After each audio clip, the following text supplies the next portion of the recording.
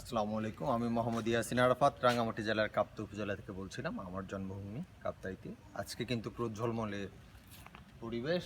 গত প্রায় এক সপ্তাহ ধরে প্রচণ্ড বৃষ্টি ছিল, লাগাতার বৃষ্টি ছিল। তার কারণ ছিল সিগন্যাল চলছিল।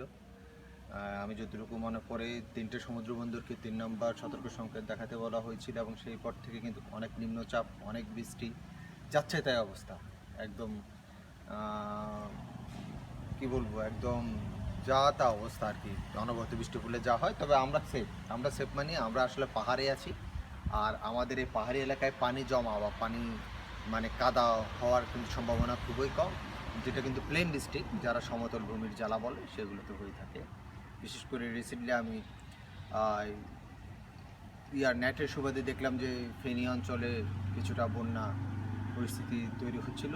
গতবারও 24-এও কিন্তু বন্যা পরিস্থিতি তৈরি হয়েছিল ফেনী, নোয়াখালী এবং কুমিল্লায়।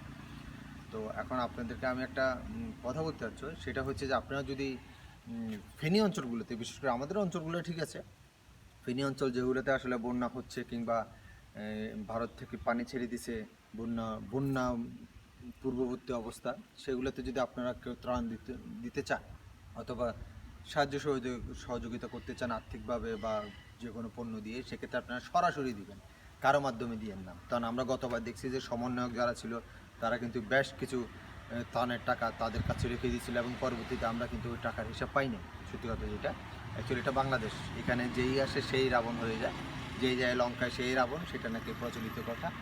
যারাই বন্যা কবলিত অঞ্চলগুলোতে ত্রাণ দিবেন, আমার সাজেশন হচ্ছে আপনারা সরাসরি ওই এলাকার মানুষজনের সাথে যোগাযোগ করবেন। কোনো একটা অঞ্চল, কোনো একটা গ্রাম বা কোনো একটা কমিউনিটির সাথে যোগাযোগ করে তাদেরকে সরাসরি ত্রাণটা দিয়ে দেবেন। সেটা টাকা হোক বা চাল হোক, ডাল হোক, কাপড় হোক, সব কিছু। কিন্তু আপনার কোনো মিডিয়া ধরবেন না। মিডিয়া মানে এই আসে বললো আমি সমন্বয়ক, ও আসে বললো আমি অমুক সংগঠনের লোক, নাথিং, কোনো দরকার নেই। আপনি ওদের দুইটা পরিবারকে পরিপূর্ণভাবে হেল্প করতে পারেন, সেটাই আপনার জন্য যথেষ্ট। ধন্যবাদ, ভালো থাকবেন। আসসালাম।